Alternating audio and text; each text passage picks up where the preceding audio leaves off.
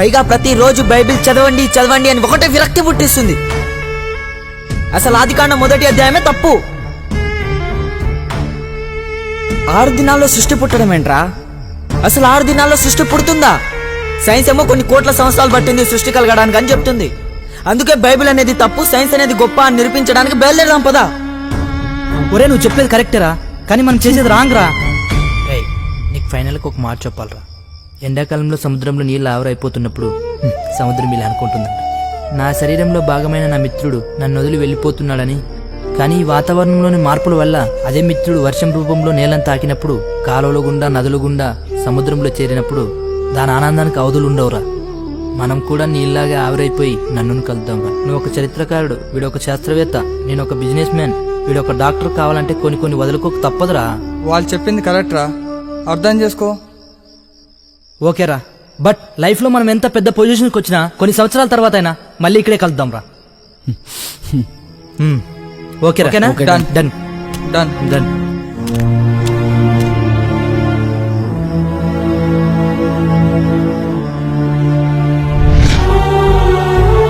రే శీను,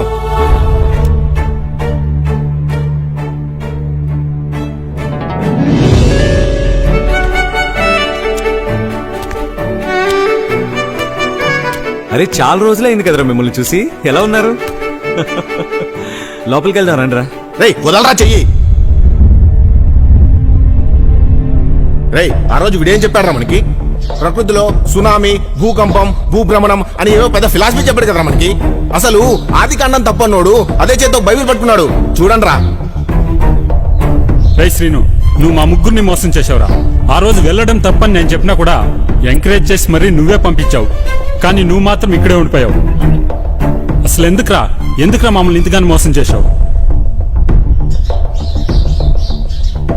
నేను మిమ్మల్ని మోసం చేయలేదురా. ఆ రోజు మనమే లోకాన్ని చూసి మోసపోయామనిపించింది. ఎక్కడ జరిగిందిరా మోసం? లైఫ్ లో నీకంటే మేము ముగ్గురం చాలా బాగా సెటిల్ అయ్యాం. ఒక రైతు తన పంట పొలాన్ని పట్టించుకోకుండా 10 ఏళ్లు వదిలేస్తే కంప చెట్లు బలంగా పెరిగిపోయాయి. ఒక సీజన్లో పంట వేద్దాం అనుకుని వెళ్లి పొలాన్ని చూశాడు. అక్కడ కంప చెట్లను చూసి కోపం వచ్చి కొట్టేశాడు. ఆ దేవుడు కూడా కొద్ది కాలం మీరు బ్రతకండ్రా అని అవకాశం ఇచ్చి విడిచిపెట్టాడు. ఆ దేవుడి కోపం వస్తే ఆ రైతు కంప చెట్లను కొట్టేసినట్టు మిమ్మల్ని కూడా కొట్టేస్తాడ్రా. మీరు అశాశ్వతమైన చిన్ని జీవితంలో సెటిల్ అయ్యి ఆనందపడదాం అనుకుంటున్నారు. నేను శాశ్వతమైన జీవితంలో సెటిల్ అయ్యి ఆనందపడదాం అనుకుంటున్నాను. రేయ్, కనిపించిన జీవితం గురించి కలలు కనే కంటే కనిపించే జీవితం గురించి కలలు కంటే బెటర్. ఇప్పటికైనా పోయిందేం లేదు. నువ్వు మాతో వచ్చేయి, నీ తెలివేందో ఈ ప్రపంచానికి చూపిద్దాం. సోల్మోన్ గారి కంటే నేను పెద్ద జ్ఞానినేం కాదురా. మీరు నన్ను అనవసరంగా అలా ఊహించుకుంటున్నారంతే. సరేరా, నీకు తినడానికి ఉండడానికైనా ఇల్లు ఉండాలి కదరా. ప్రపంచాన్ని జయించిన ది గ్రేట్ అలెగ్జాండర్ ఏం తీసుకెళ్లాడు? రే మేమేం చెప్పినా నువ్వు సమాధానం చెప్పేస్తున్నావు. మా గురించి తక్కువ అంచనా వేసుకో. మాకు మేమేంటో, మా మేధాశక్తి ఏంటో ఈ ప్రపంచానికి తెలుసు. అయినా నిన్ను ఇక్కడ నుంచి ఎలా తీసుకెళ్లాలో మాకు బాగా తెలుసు. ఒక చిన్న గేమ్ ఆడదాం. ఈ గేమ్ లో మేము అడిగే క్వశ్చన్స్ కి సమాధానం చెప్పావు అనుకో, నువ్వు ఇక్కడ ఉంటావు. ఏ క్వశ్చన్ కైనా ఆన్సర్ చెప్పలేదనుకో, మాతో పాటు వచ్చేస్తావు. రెడీయా? ఓకేరా.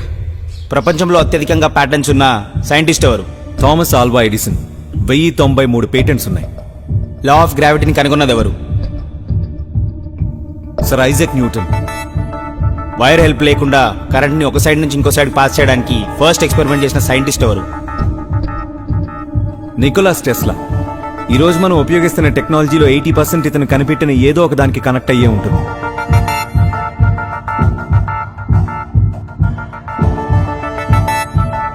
ప్రపంచవ్యాప్తంగా ఇనుమును సరఫరా చేస్తున్న నెంబర్ 1 కంపెనీ పేరేంటి? లక్ష్మీనారాయణ మిట్టల్. ఇతను మన ఇండియాలోని రాజస్థాన్కు చెందినవాడు. ఇతనికి ప్రపంచపు ఉక్కు రాజు అని పేరు కూడా ఉంది. మన దేశంలో కరెంట్ సప్లై పెద్ద మొత్తంలో అందిస్తున్న కంపెనీ పేరేంటి? గౌతమ్ అదాని. ఇతనికి మంచి నాయకత్వపు లక్షణాలు కూడా ఉన్నాయని పేరుంది. సమాజ సేవ కోసం దాదాపు 60 నుండి 66% వరకు తన డబ్బును ఇస్తున్న బిజినెస్ మ్యాన్ ఎవరు? రతన్ టాటా. ఇతను మన ఇండియా తరపున పద్మభూషణ్, పద్మ విభూషణ్ అనే అవార్డులను కూడా తీసుకున్నారు.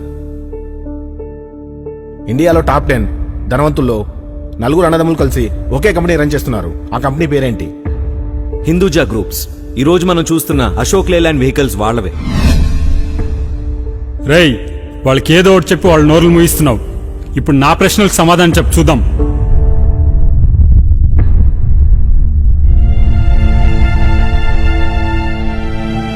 ఈజిప్ట్ నాగరికత ప్రజల ప్రధాన దైవం ఏంటి?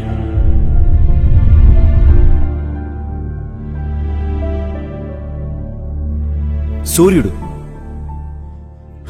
ఓకే. రష్యాలో బోల్వావిక్ విప్లవం ఏ సంవత్సరంలో జరిగింది? 1917లో జరిగింది. మొదటి ప్రపంచ యుద్ధానికి కారణమైన సంఘటన?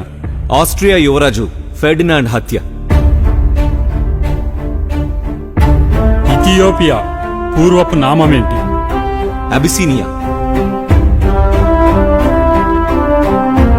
ప్రపంచ చరిత్ర, భాషల చరిత్ర, రాజుల చరిత్ర, నాగరికతల చరిత్ర, వంశావళుల చరిత్ర, విశ్వం చరిత్ర, మొట్టమొదటి మనిషి పుట్టుక చరిత్ర, ఇన్ని చరిత్రలు చెప్పిందిరా బైబిల్. ఎరా సైన్స్, మీ పిండోత్పత్తి శాస్త్రానికి ఇప్పటి వరకు తెలియంది ఒకటి ఉందిరా. తల్లి గర్భంలో 270 నుంచి 300 ఎముకలు తయారయ్యి వయసు పెరిగే కొలది 206 ఎముకల దగ్గర ఆగిపోతున్నాయి. ఆ ఎముకలు ఎలా తయారవుతున్నాయో ఇప్పటి వరకు మీ శాస్త్రం చెప్పలేకపోయిందిరా. ఎముకలు ఏ రీతిగా ఎదుగునో మీకు తెలియదని దేవుడు రాయించాడు. అది ఇప్పటి వరకు మిస్టరీగానే మిగిలిపోయిందిరా. మరొకటి చెప్తున్నాను, గాలి ఎటువైపు నుంచి వస్తుందో ఎటువైపు వెళ్తుందో మీకు తెలియదని దేవుడు చెప్పాడు. అసలు ఇప్పటి వరకు అది కూడా మీకు మిస్టరీగానే మిగిలిపోయిందిరా. రేయ్, వాళ్ళ విషయంలో నువ్వు ఏమైనా మాట్లాడగలవు, కానీ నా విషయంలో మాట్లాడలేవు. ఎందుకంటే నేను డబ్బుతో ట్రావెల్ చేస్తాను. ఈ సృష్టిలో డబ్బుకు మించిన దైవం లేదు. డబ్బే శాశ్వతం అనే వారిని దేవుడు హెచ్చరిస్తున్నాడు. తను ప్రయాసపడి చేసిన దానిలో ఏదీ చేత పట్టుకుని పోడు. ఆ ప్రయాసపడేదేదో ఆత్మల రక్షణ కోసం నువ్వు ప్రయాసపడితే బాగుంటుంది. మీరు నేర్చుకున్న ఈ విద్యలేవి మిమ్మల్ని పరలోకానికి తీసుకెళ్లలేవు. మిమ్మల్ని పరలోకానికి చేర్చే విద్య గురించి నేను మీకు చెప్తాను, వినండి. దేవుని వాక్కులను వినిన వారి వార్త మహోన్నతిని విద్యను ఎరిగిన వారి వార్త. మహోన్నతిని విద్య అంటే వాక్యం నేర్చుకోవడం. ఈరోజు భూమి మీద ఉన్న మనుషుల్లో ఎంతమందిరా వాక్యం నేర్చుకుంటున్నారు? మీ కోటి విద్యలు చేయలేనిది ఈ విద్య చేస్తుందిరా. ఈ కోటి విద్యల్లో ఏ విద్య మిమ్మల్ని పరలోకానికి చేర్చదు. ఈ విద్యకు తెలియదంటూ ఏది లేదురా. ఏంట్రా మీ విద్యకు గెలిచింది, మా విద్యకు గెలవంది? ఆ? మనిషి పుట్టక ముందు ఏం జరిగిందో చెప్పే విద్య, మనిషి ఎందుకు పుట్టాడో చెప్పే విద్య, సర్వ సృష్టి పుట్టుకకు కారణమైన విద్య, సకల శాస్త్రాలకు ఊపిరిపోసిన విద్య, మరణం తర్వాత మనిషికి ఏం జరుగుతుందో చెప్పే విద్య. రేయ్, నువ్వు మాటలు బాగా నేర్చావు, ఎన్నైనా చెప్తావు గానీ ఫైనల్ గా ఏంటి? వస్తావా రావా? నేను అడిగేది నేను అడిగిన ప్రశ్నలకి సమాధానం చెప్పండ్రా. నేను మీతో వస్తాను.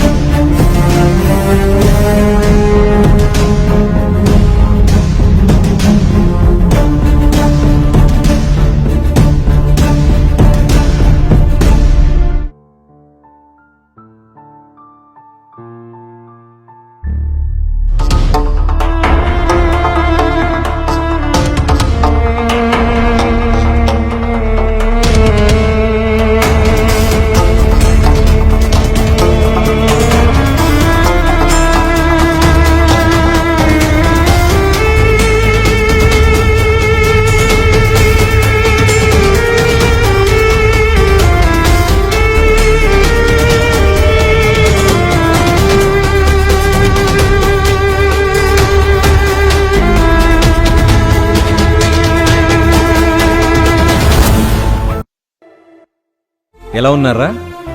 బానే ఉన్నాంలే, నీ వల్ల, నీ దేవుడి దయ వల్ల. మధ్యలో దేవుడేం చేశాడ్రా? అరే, ఎప్పుడు చూసినా దేవుడు ఆత్మ దేవుడు ఆత్మ అని ఇవే మాట్లాడతావు. అసలు ఇప్పటి వరకు ఎవరైనా ఆత్మను చూసిన వాళ్ళు ఉన్నారా? మనిషి కోతి నుంచి వచ్చాడని సైన్స్ చెప్తుంది, అన్నీ దేవుడే చేశాడని వీడు చెప్తాడు. నిజమేరా, వీడు చెప్పినట్లు మా చరిత్ర కూడా మనిషి ఆఫ్రికన్ కోతుల నుండి వచ్చాడని ద హిస్టరీ ఆఫ్ హోమోసెఫియన్ కూడా చెప్తుంది. చరిత్ర చెప్పాలంటే దేవుడే చెప్పాలరా. మనిషి కోతి నుండి వచ్చాడన్న చార్ల్స్ డార్విన్ సిద్ధాంతాన్ని ఇప్పుడు నేను పట్టుకున్న బైబిల్తో తప్పు చేసి చూపిస్తా. ప్రపంచానికే మధ్యగా కనిపిస్తున్న ఈ సముద్రం పేరు మధ్యధర సముద్రం. ఇది భూమి మొత్తానికి మధ్యలో ఉండి దిక్కులను చూపిస్తుంది. మనం స్ట్రైట్ గా పాయింట్లోకి వస్తే తూర్పు ఆసియా. ఈ తూర్పు ఆసియాలో ఒక ఏదేను తోటను దేవుడు వేశాడు. దీన్ని తడుపుతూ ఒక నది 4 శాఖలుగా ఏర్పడింది. Tigris, Euphrates, Pishon, Gihon. ఇప్పుడు ఈ పీషోను, గీహోను ప్రకృతిలో మార్పుల వలన పోయాయిలే. టైగ్రిస్, యూఫ్రటీస్ ఇప్పటికీ ప్రవహిస్తూనే ఉన్నాయి. వీటి ఆరంభం వచ్చేసి తూర్పు ఆసియా ఖండంలోని టర్కీ దేశంలో ఎలిజిగ్ అనే ప్రాంతం. ఇక్కడే మొదటి మనిషి ఆదాము గారి కోసం దేవుడు ఏదేను తోటను వేశాడు.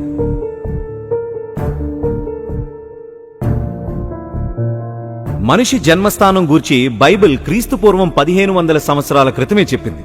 దాన్ని పట్టించుకోకుండా సైన్స్ మళ్లీ పరిశోధనలు చేసి ఫైనల్ గా బైబిల్ చెప్పిన విషయాన్ని చెప్పింది. మీరు ప్రాక్టికల్ గా ఆలోచించండిరా. మనుషుల లక్షణాలెక్కడా, కోతుల లక్షణాలెక్కడా? అది గమనించిన చార్ల్స్ డార్విన్ గారు తను చెప్పిన సిద్ధాంతం తప్పని చెప్పి చనిపోయారు. మీ శాస్త్రం కూడా మనిషి యొక్క బ్రెయిన్ వ్యవస్థ వేరు, కోతలి యొక్క డోపమైన్ వ్యవస్థ వేరని ఒప్పుకుంది. అసలు నీ చరిత్ర ఎప్పుడు స్టార్ట్ అయిందో నీకు తెలుసా? క్రీస్తు పూర్వం 430 నుండి మొదలైంది. దానికి పితామహుడు హెరిటోటస్. ఆయనకు ముందు మీ చరిత్రే లేదు. నీ చరిత్రకే చారిత్రాత్మకమైన విషయాలు చెప్పిందిరా బైబిల్. మనిషి ఎలా బ్రతకాలో ఎలా బ్రతకూడదో చెప్పింది. దాన్నే ప్రస్తుతం మనం నాగరికత అంటున్నాం. మెసొపొటేమియా నాగరికత, ఈజిప్ట్ నాగరికత, సింధు నాగరికత, యూఫ్రటిస్, టైగ్రిస్ నదుల మధ్య ఉన్న భూభాగమే ఈ మెసొపొటేమియా నాగరికత. ఈ ప్రాంతంలోనే షినారు, బాబిలోను దేశాలున్నాయి. ఇక్కడే సమేరియన్స్, అక్కదీయులు ఉన్నారు. రాజరికపు వ్యవస్థ ఆరంభమైందే ఇక్కడ. ప్రపంచపు మొట్టమొదటి పరాక్రమశాలి అయిన నిమ్రోదు రాజు ఇక్కడి వాడే. శ్రేష్టమైన వస్తువులు, బంగారం, బోళము, గోమేదికం, రత్నరాసులు ఉన్న ప్రదేశం ఇదే.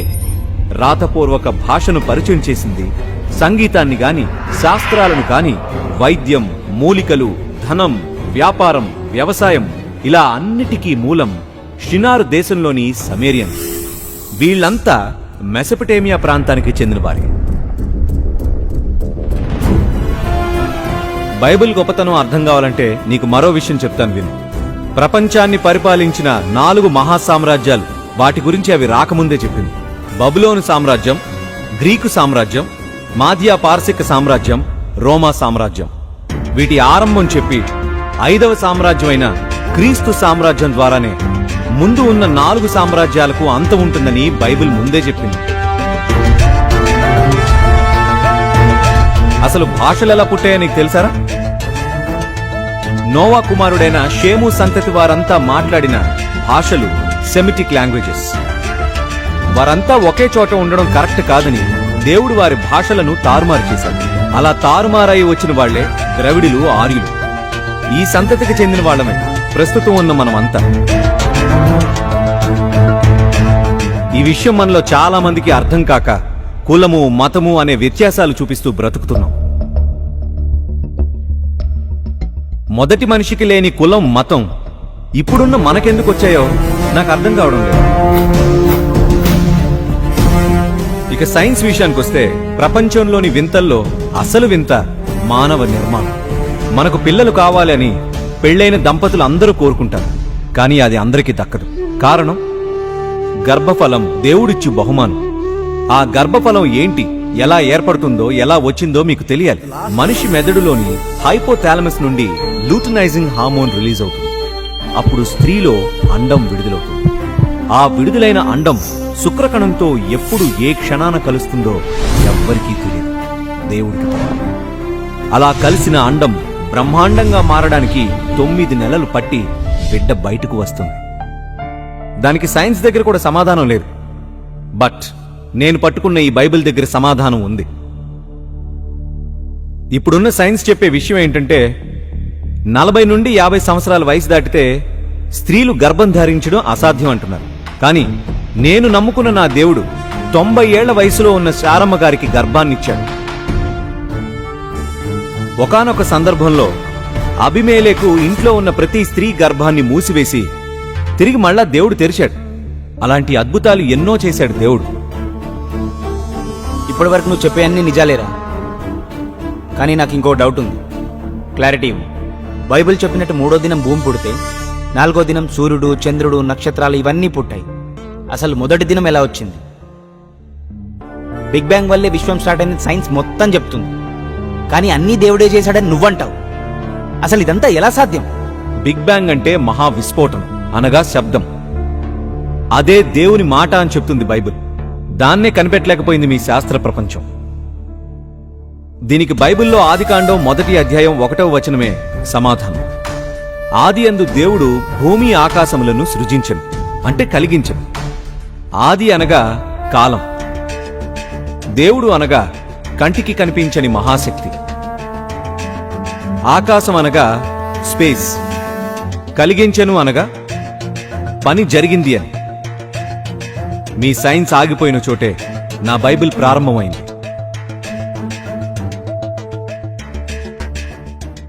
ఈ అనంత విశ్వానికి భూమి కేంద్ర బిందు. ఈ విశ్వంలో భూమి, చంద్రుడు, లూనార్ ఆర్బిట్, చుట్టూ ఉన్న భూమి యొక్క ఆస్ట్రాయిడ్స్, నవగ్రహాలు, outer planets, Kuiper belts, dwarf planets, చుట్టూ ఉన్న నక్షత్రాలు, నక్షత్రాల మధ్య space, inter spiral arms, Milky Way, పాలపుంత నక్షత్ర మండలం. ఇలాంటి నక్షత్ర మండలాలు కోట్లలో ఉన్నాయి. Local galaxy group, superclusters, cosmic web, uniform universe, observable universe. అసలు ఇప్పటి వరకు నేను చెప్పింది 10% మాత్రం. మిగిలిన 90% డార్క్ మ్యాటర్ అంటారు. ఇదంతా కలిపితేనే ప్రకృతి చక్రం అంటారు. ఇక 6 దినాల్లో సృష్టి గురించి చెప్పాలంటే 3వ దినంలో భూమి కలిగింది, 4వ దినంలో సూర్యచంద్రులు కలిగారు.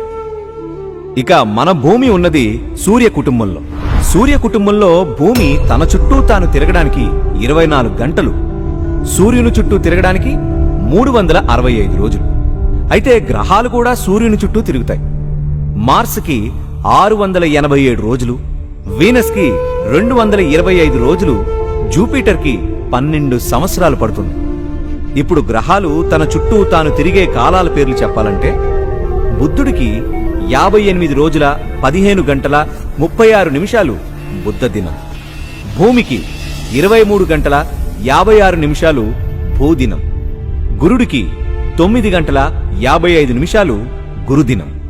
ఇలా గ్రహాలు ఎలాగైతే తిరుగుతున్నాయో అలాగే ఈ విశ్వం కూడా తిరుగుతుంది. ఇలా తిరిగి వచ్చిన దాన్నే దేవుడు ఒక విశ్వదినంగా లెక్కించాడు.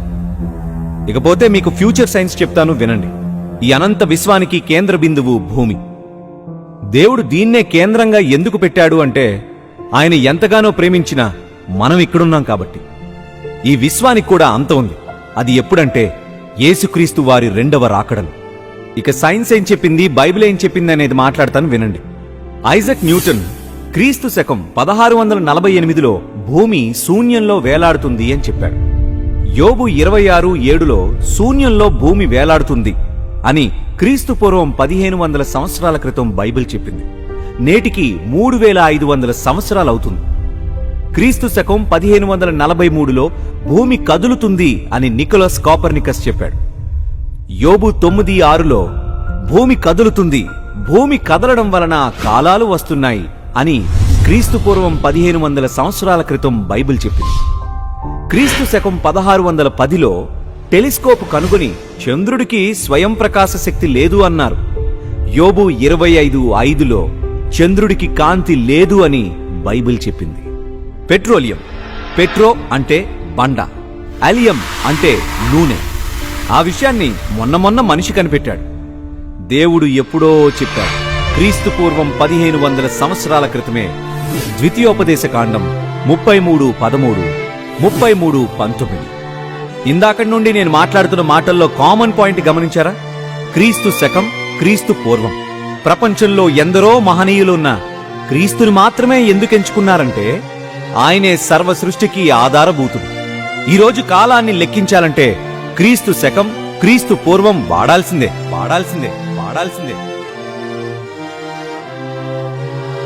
ఇక మీ సైన్స్ ఫెయిల్యూర్స్ మాట్లాడతాను వినండిరా. జీవ పరిణామ సిద్ధాంతం చెప్పినట్టు మనిషి కోతి నుండి రాలేదు. మనుషులందరికీ తల్లి ఒక్కతే అని మైటోకాండ్రియల్ DNA టెస్ట్ ద్వారా ఇప్పుడు చెప్తున్నారు. జీవం కల ప్రతివానికి తల్లి అవ్వ అని బైబిల్ ఎప్పుడో చెప్పింది. ఏలియన్స్ ఉన్నాయని చెప్పి కోట్ల రూపాయలు ఖర్చు పెట్టి ప్రజాధనాన్ని వృధా చేశారు. ఏలియన్స్ లేవు అని బైబిల్లో దేవుడు ఎప్పుడో చెప్పాడు.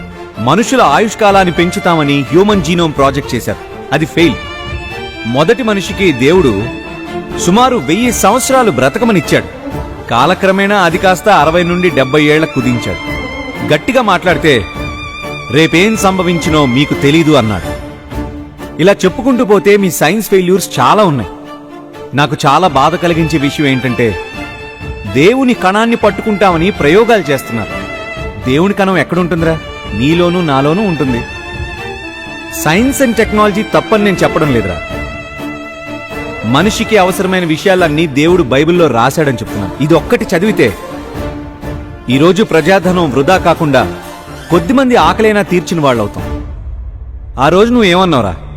డబ్బుకు మించిన దైవం లేదన్నావు కదా. డబ్బు గురించి దేవుడు ఏం చెప్పాడో చెప్తాను విను. మీరు సిరికిని దేవునికిని దాసులుగా ఉండనేరారు అని చెప్పాడు. తల్లి గర్భం నుండి నువ్వు ఎలా అయితే వచ్చావో అలాగే తిరిగి వెళ్ళిపోతావు అని చెప్పాడు. ధనం దెయ్యానికి మరో రూపం అని తెలుసా? ధనాపేక్ష సమస్త కీడులకు మూలంరా. డబ్బనేది ఈ శరీరం సుఖపడ్డానికి మాత్రమే. ఆత్మ సుఖపడాలంటే నేను చెప్పే ఈ వాక్యంలో మీరు నడవాల్సిందే.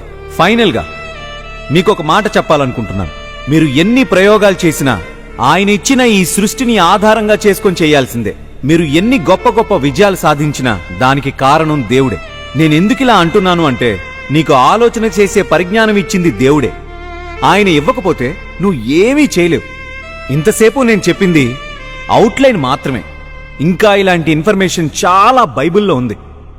బైబిల్ని అర్థం చేసుకుంటారా?